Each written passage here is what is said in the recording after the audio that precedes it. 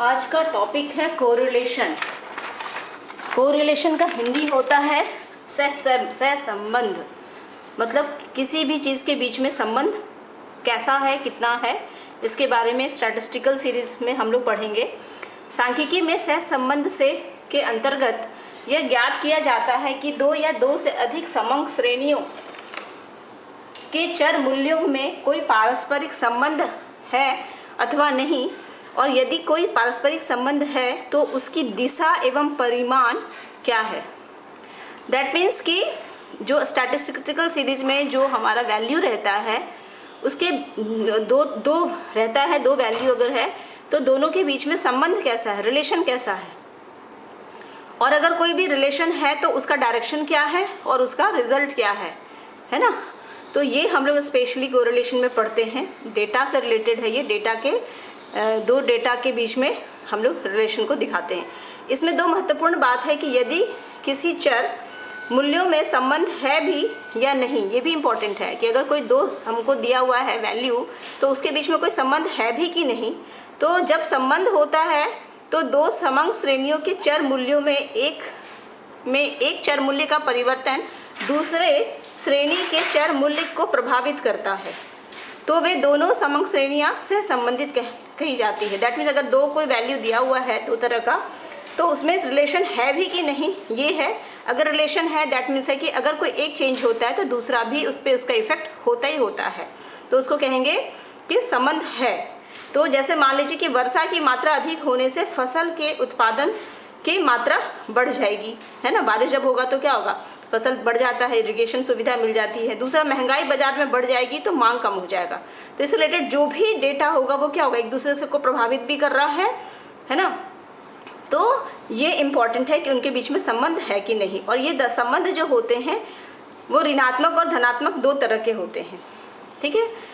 दूसरा है सहसंबंध का अभाव। ये कब किस स्थिति में होता है, यदि कोई दो समंक श्रेणियों के चर मूल्य स्वतंत्र रूप से घटते बढ़ते हैं, अर्थात एक श्रेणी के चर मूल्यों में वृद्धि या ह्रास का दूसरी श्रेणी के चर मूल्यों वेरिएबल्स के वृद्धि या ह्रास पर कोई प्रभाव नहीं होता है, तो उन समंक श्रेणियों में सहसंबंध का अभाव माना जाएगा। मतलब उनके बीच में कोई संबंध नहीं। जैसे वर्षा अधिक होने पर महंगाई का बढ़ना, है ना, तो इससे इसका कोई प्रभाव नहीं होता है। तो ऐसा कोई भी है डेटा, दो डेटा दिया जो दो एक दूसरे को कहीं से भी प्रभावित नहीं करते हैं, इफेक्ट नहीं डालते हैं, तो उसको कहेंगे कि उसके बीच में कोई संबंध नहीं है।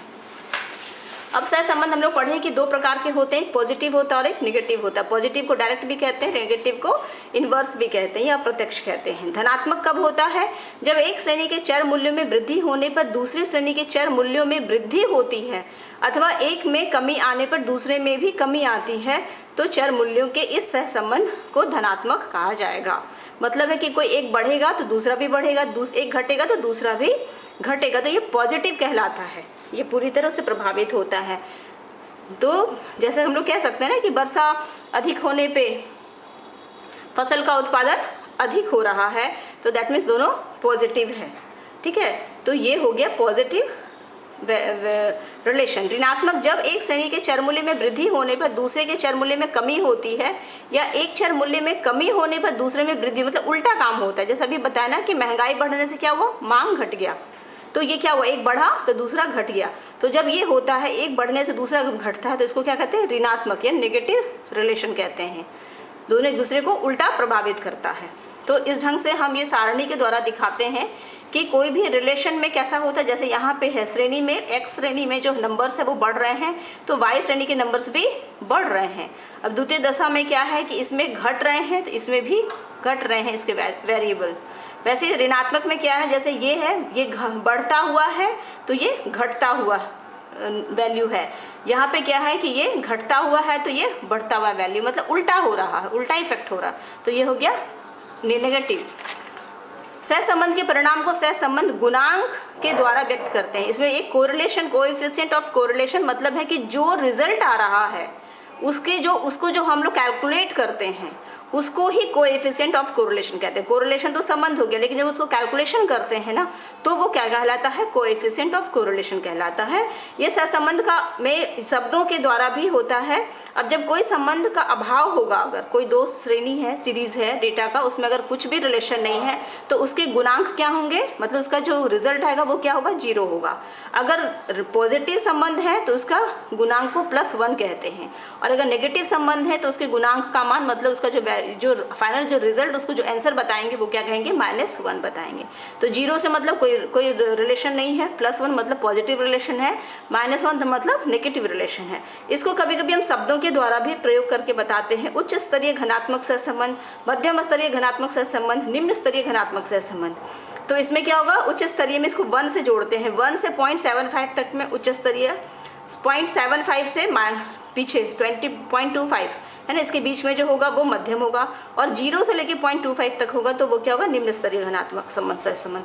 तो इसको हम लोग जब ये आएगा डिस्क्रिप्टिव आंसर लिखने के लिए तो ये सब आप लोग लिख करके इसको बताएंगे।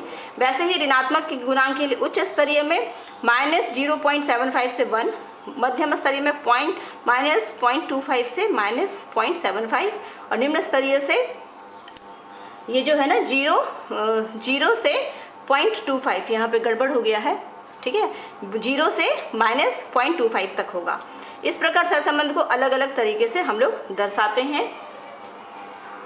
इस ढंग से जो है ना कोरिलेशन हम लोग इसको बताएंगे।